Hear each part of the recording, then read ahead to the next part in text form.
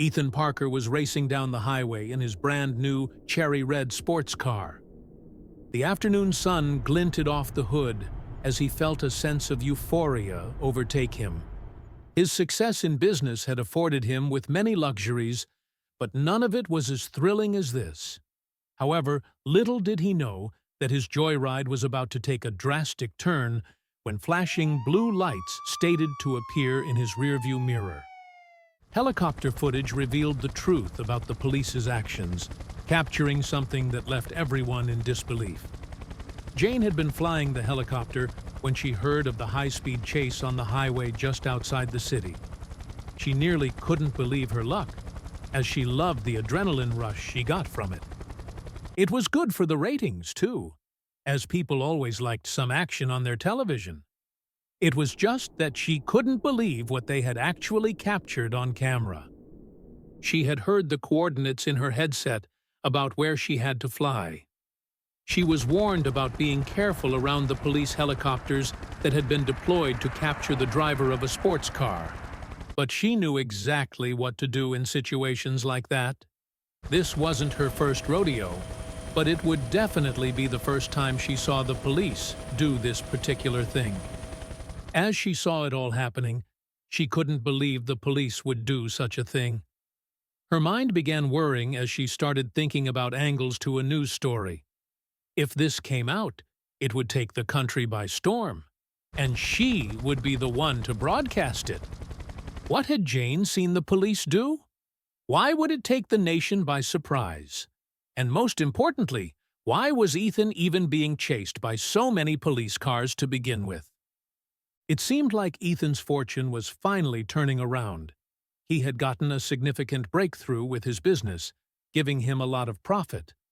Sure, his company had been doing well for the last couple of years, but it had now come to a new all-time high. "I deserve to spoil myself," he had told himself, as his hands gently slid over the cherry-red hood of his dream car. "I'll take it," Ethan said to the salesperson. The jaw of the man behind the counter dropped as Ethan could see the dollar signs reflected in the salesman's eyes. Ethan knew the man had to get a nice commission after selling such an expensive car. "I presume you liked the test drive?" the salesman asked, a huge grin on his lips. Ethan returned the smile and nodded. "Yeah, man, it was great. Better even than I originally had expected," Ethan said in earnest. He had always dreamed of driving a sports car like this, nevertheless buying it for himself. Today seemed to be his lucky day, the day his dream would finally come true. It was a shame that his joy would be short-lived. As soon as the car was signed over, Ethan decided that he would take it home. "Are you sure, sir? We could deliver it to your home?" the salesman asked, but Ethan shook his head.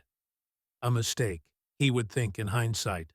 However, during that moment, there was nothing that would make him happier than hearing the sound of the car's accelerator. Ethan rushed to the nearest highway, not caring he would have to drive a bit farther to go to his home. He deserved a nice joyride to feel truly free. Honestly, he hadn't been looking at the speedometer during that moment of euphoria. That would prove to be a big mistake. A mistake that, if not for the news helicopter, would hunt him for the rest of his life. With the music blasting through his brand-new car, he couldn't hear the air whizzing past his car or any other sound in the distance. Or, at least, that was until he saw a flashing blue light in his rearview mirror. His face paled as he noticed it wasn't just one, but there were multiple speeding after him. How could he not have noticed them before? Ethan immediately tried to calm himself down. He was sure he had gone over the speed limit, but he had gone around 30 miles over. However, it didn't seem that way with the amount of cops after him. He was sure it would only cost him some points, as he had done nothing wrong. At least, that was what he hoped would happen. "Stop in the name of the law!" he heard booming out of one of the cars, and Ethan immediately obliged. His mind raced with why they would deploy that many police cars just for him. It didn't make sense. Had he not noticed a police car asking him to stop? Ethan did not yet have a clue that he would soon be a victim himself, instead of the perpetrator the police believed him to be. Ethan stepped out of the car with hands raised, noticing helicopters circling above and dozens of police cars behind him. The wind from the helicopter blades whipped around, and he felt the weight of dozens of eyes on him. He tried to remain calm, though his heart pounded in his chest. The sun was still glaring, but the situation felt dark and foreboding. Ethan wondered how things had escalated so quickly, his dream drive turning into a nightmare. He saw both police and news helicopters, realizing the seriousness of the situation and fearing an overreaction. Ethan's mind raced as he tried to make sense of the overwhelming police presence. The flashing lights and blaring sirens made everything feel surreal. He glanced up, seeing the news helicopter hovering, capturing every moment. "This can't be happening," he muttered under his breath, the reality sinking in deeper with each passing second. Ethan yelled that he was cooperating, pleading with the cops not to shoot, as he saw them behind their car doors. "I'm not resisting!" he shouted, his voice cracking with desperation. His hands remained high, fingers spread wide, showing he was unarmed. The officers, guns drawn, remained tense and focused. Ethan's pleas seemed to hang in the air, barely penetrating the chaotic noise surrounding him. He hoped his compliance would prevent any tragic misunderstandings. The police ordered him to lay flat on the ground, emphasizing the threat they perceived him to be. "Down! Now!" one officer barked, his tone leaving no room for negotiation. Ethan, trembling, slowly lowered himself, his knees hitting the pavement before stretching out prone. The gravel bit into his skin, but he dared not move. He felt the world closing in, the ground cold and unforgiving beneath him. All he could do was wait and hope. Ethan complied, laying down on the ground as the situation intensified around him with every passing second. The noise of the helicopters, the shouting officers, and the sirens blended into a chaotic symphony. Ethan's breaths were shallow, his face pressed against the asphalt. He could sense movement all around, the officers closing in. The fear was almost tangible, each second feeling like an eternity. He squeezed his eyes shut, praying for the ordeal to end. Ethan was told that other people had to get out of the vehicle, but he shouted that he was alone. "There's no one else! It's just me!" he yelled, his voice rising above the din. The police seemed unconvinced, their suspicion evident. Ethan's frustration grew as he lay there, the cold pavement against his cheek. He couldn't understand why they thought there were others. "Check for yourselves," he added, hoping they'd believe him.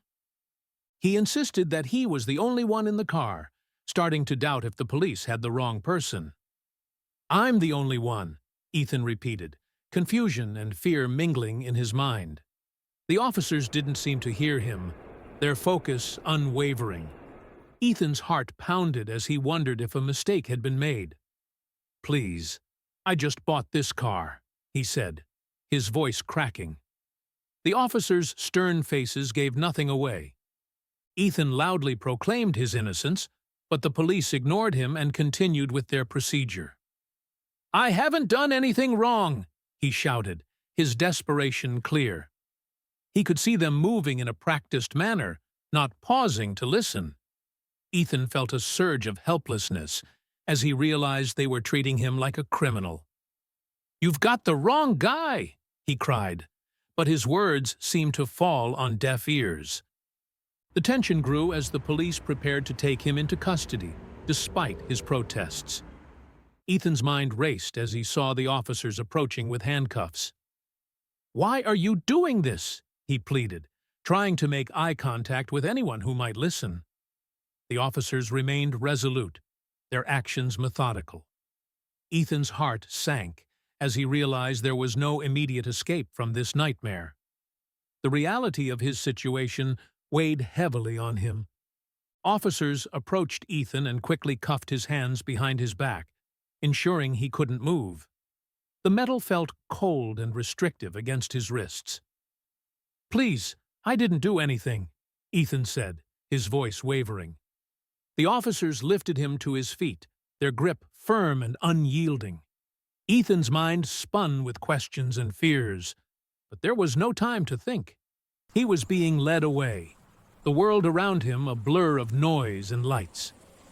They read him his Miranda rights and started frisking him while Ethan kept insisting on his innocence. "You have the right to remain silent." The words felt surreal, like something out of a bad dream. Ethan's heart raced as he stood there, helpless. "I didn't do anything wrong," he exclaimed, but the officers continued their routine.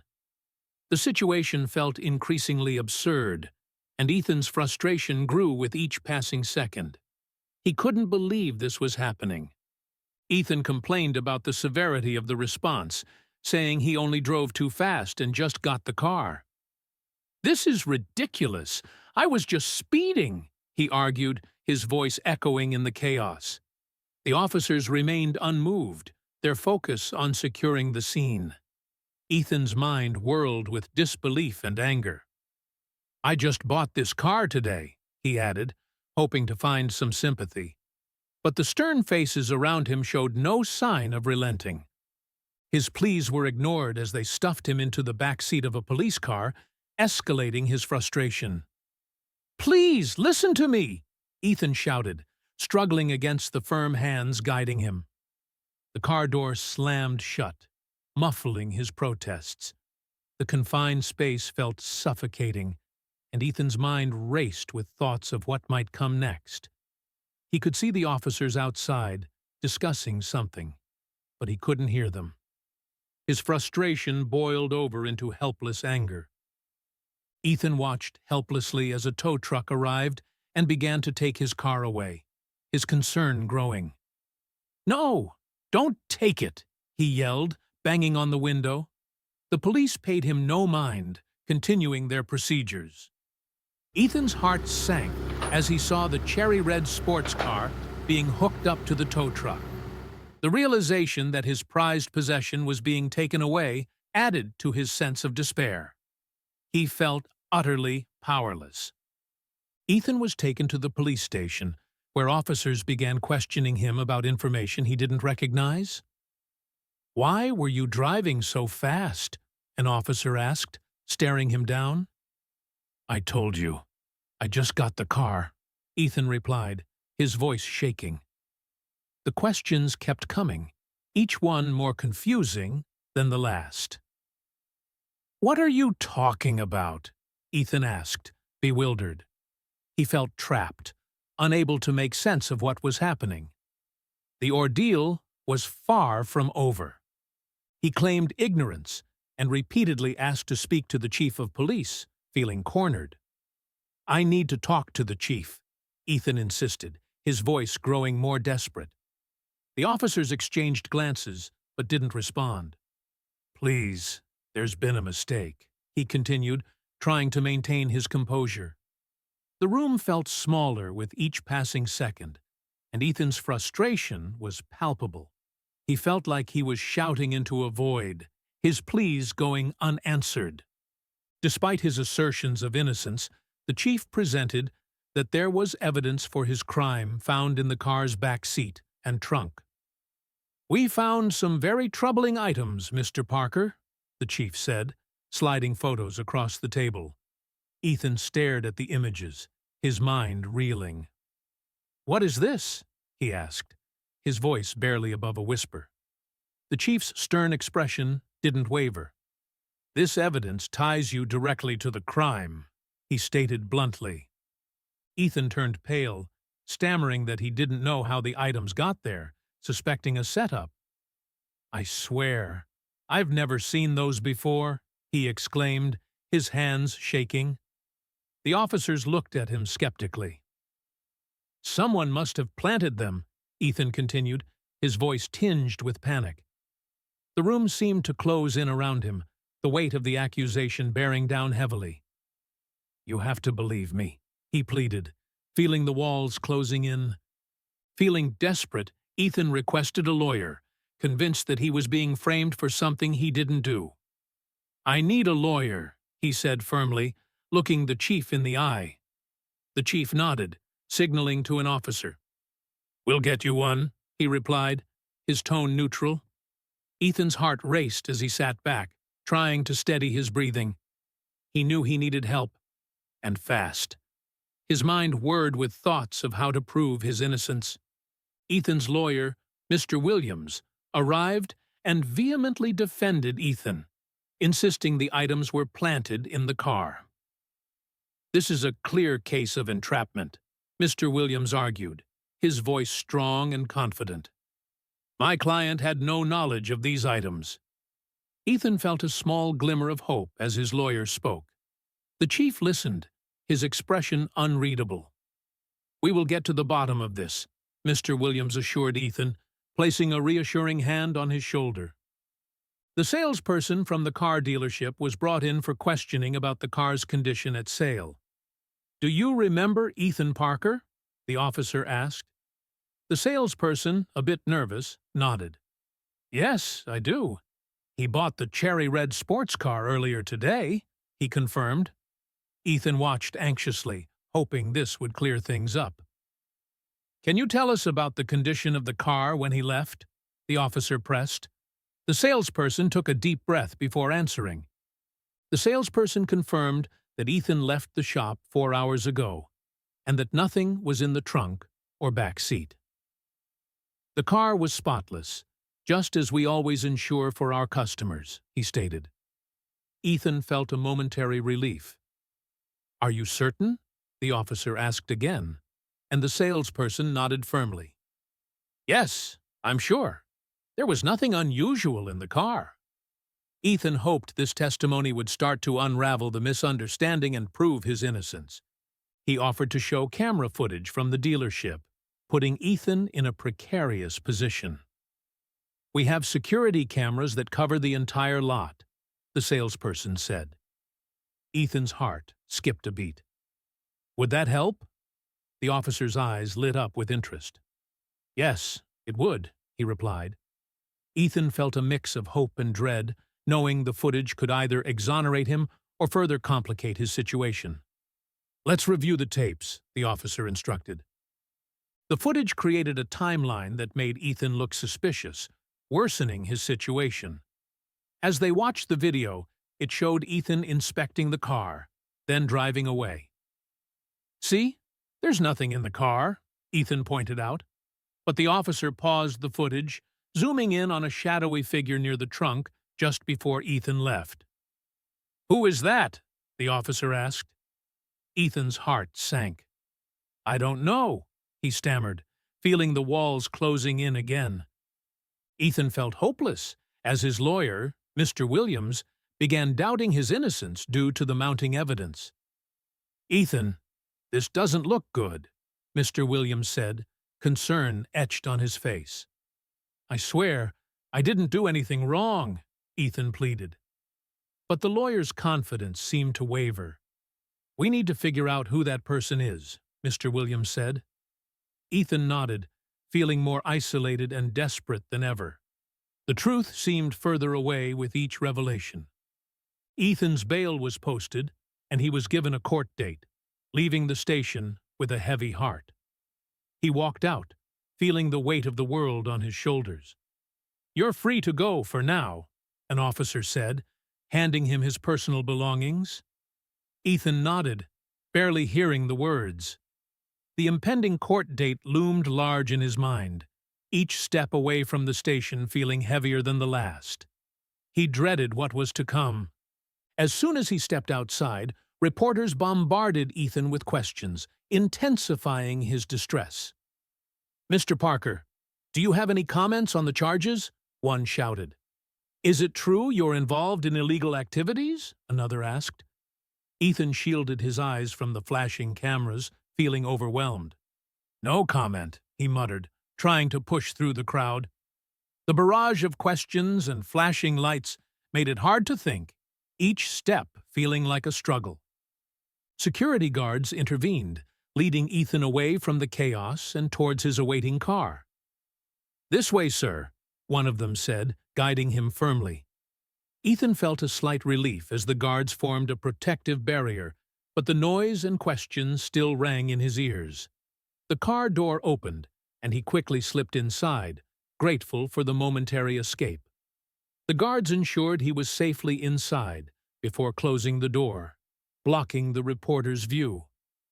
The drive home was silent and tense, filled with uncertainty about the upcoming legal battle.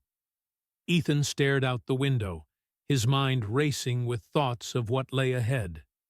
The cityscape blurred past, but he barely noticed, lost in his worries. How did it come to this, he thought, feeling a mix of fear and determination. The car's hum was the only sound, a stark contrast to the chaos he'd just left behind.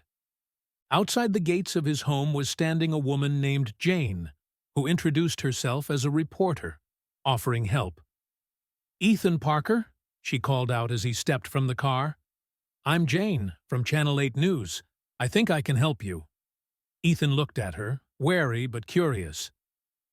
"What do you mean?" he asked. Jane smiled slightly. "I have some footage that might be useful for your case," she explained.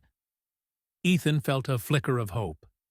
Jane revealed she was in the news helicopter and had footage that might help Ethan's case in court. "I was covering the chase from above," she explained, her tone serious, "and I captured some things you might find interesting." Ethan's eyes widened with a mix of surprise and cautious optimism. "You have footage?" he asked, his voice tinged with hope. Jane nodded. "Yes, and it might be just what you need to clear your name." Ethan, though wary, grew hopeful and asked Jane what she wanted in return for the footage. "This could be huge for me," Jane said, her expression earnest. Ethan nodded slowly. "What's the catch?" he asked, needing to understand her angle. Jane smiled slightly. "I need an exclusive story. Your side of everything that happened," she replied. Ethan considered her offer, the possibility of proving his innocence brightening his outlook. "All right, let's talk," he said.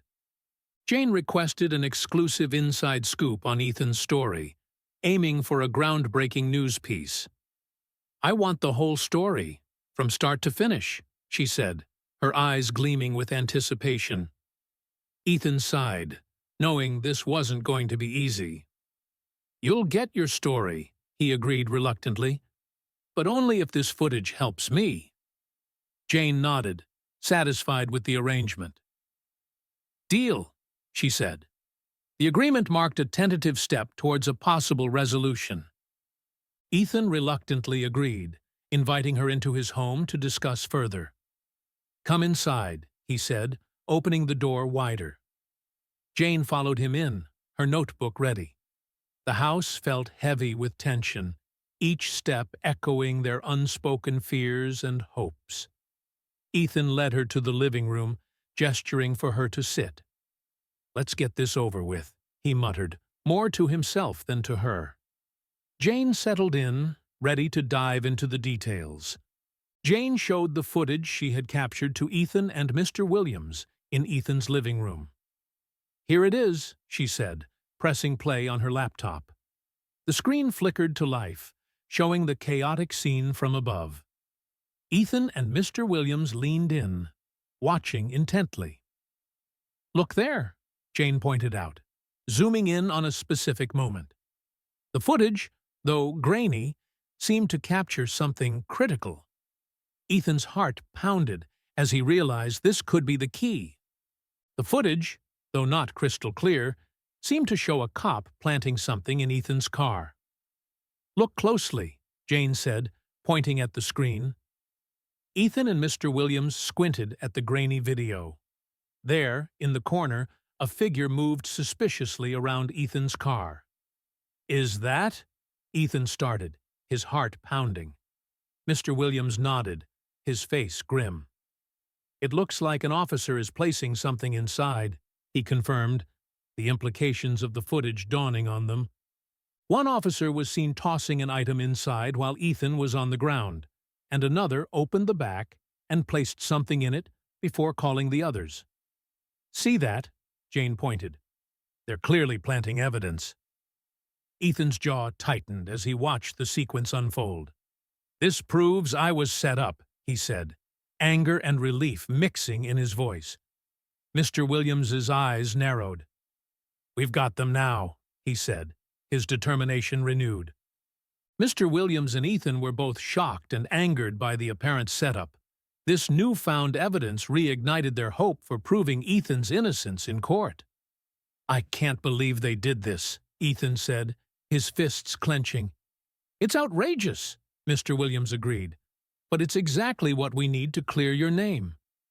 Ethan nodded, feeling a surge of hope. "Let's make sure this footage is used to its fullest," Mr. Williams added, already planning their next steps. Mr. Williams decided to visit the police station to verify the items supposedly found in Ethan's car. "I'll need to see those items myself," he told Ethan. "We need to ensure they match what's in the footage." Ethan nodded. "Be careful," he said. Mr. Williams gave a reassuring smile.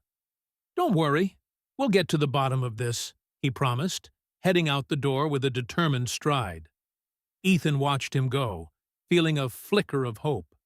While he was gone, Jane interviewed Ethan about his experience and treatment by the police. "Tell me everything," she said, pen poised over her notebook. Ethan took a deep breath, recounting the events from the moment he bought the car to his arrest. "They treated me like a criminal from the start," he said, frustration evident in his voice. Jane listened intently, jotting down notes. "This is important," she said. "People need to hear your story." They delved into details, discussing every moment from the arrest to the current situation. "Start from the beginning," Jane said, her pen ready. Ethan recounted everything, from the joy of buying his car to the terrifying moment he was surrounded by police. "It all happened so fast," he said, shaking his head. Jane nodded, jotting down notes. "Every detail helps," she said. Ethan felt a strange mix of relief and frustration as he relived the ordeal. Their conversation was interrupted by Mr. Williams's return, carrying news from the station. "I've got something," he announced, stepping into the room. Ethan and Jane turned to him expectantly. "What did you find?" Ethan asked, hope flickering in his eyes. Mr. Williams set his briefcase down. "The items they found in your car match exactly with what's shown in the footage," he said, a determined look on his face. "We've got them," he added confidently. Mr. Williams confirmed the items matched those seen in Jane's footage, planning a strong court case. "This evidence is solid," he said, spreading out the photos and notes on the table. Ethan felt a surge of hope. "So we can prove it's a setup?" he asked. Mr. Williams nodded. "Yes, and we'll use this to build a compelling case," he replied. Jane leaned in, studying the materials. "This could really turn things around," she said. Mr. Williams reassured Ethan and Jane that the case against Ethan was weak, and they had solid evidence. "They don't have a leg to stand on," he said confidently. "We have the proof we need to clear your name." Ethan felt a weight lifting from his shoulders. "Thank you," he said, his voice filled with gratitude. Jane smiled, sensing the shift in the room. "Looks like you're going to get your story," she said to Ethan. He explained his plan to sue the police for defamation and misconduct, encouraging Ethan. "Not only will we clear your name, but we'll hold them accountable," Mr. Williams said. Ethan listened intently, feeling a renewed sense of purpose. "They need to answer for what they did," he agreed. Mr. Williams nodded. "We'll pursue this aggressively," he promised. Jane took notes, eager to report the unfolding story. Ethan felt a glimmer of hope for the future. The court date approached quickly, with Ethan feeling a mix of nerves and determination. Each day seemed to blend into the next as he prepared mentally for the battle ahead. "We've got this," Mr. Williams reassured him. Ethan nodded, trying to keep calm. The anxiety gnawed at him, but the hope for justice kept him focused. He knew this court date could change everything, and he was ready to face whatever came his way. As promised, Ethan took Jane to the private court hearing, sticking to their agreement. "Thanks for coming," he said as they entered the courthouse. Jane nodded, her expression serious. "I'm here to see this through," she replied. The courthouse felt imposing, but Ethan took a deep breath, feeling a sense of resolve. They walked through security and made their way to the courtroom, the weight of the moment heavy on their shoulders. They prepared for the legal battle, confident in the evidence they had gathered. Mr. Williams laid out their strategy, reviewing every detail. "This footage is our ace," he said, tapping the screen. Ethan and Jane nodded in agreement. The hours passed quickly as they rehearsed testimonies and fine-tuned their approach. "We've got the truth on our side," Ethan said, more to himself than anyone. The tension was high, but their confidence was unshaken. In court, Mr. Williams presented a compelling case, emphasizing the footage showing the cops planting evidence. "This video speaks for itself," he declared, playing the clip for the courtroom. Ethan watched, heart pounding, as the room fell silent. The footage showed the officers' actions clearly, leaving little room for doubt. "This is a blatant setup," Mr. Williams argued passionately.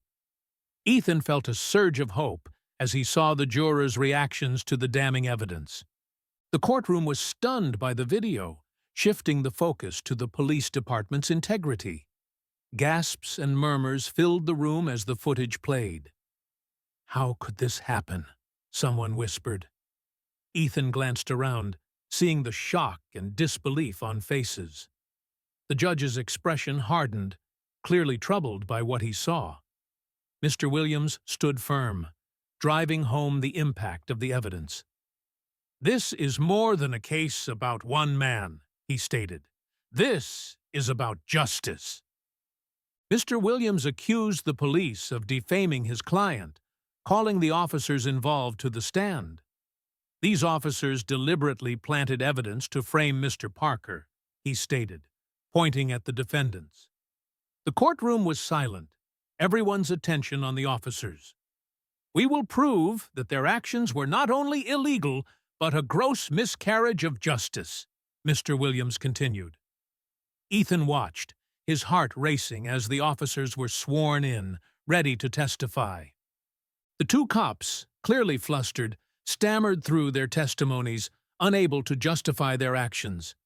We were just following orders," one officer muttered.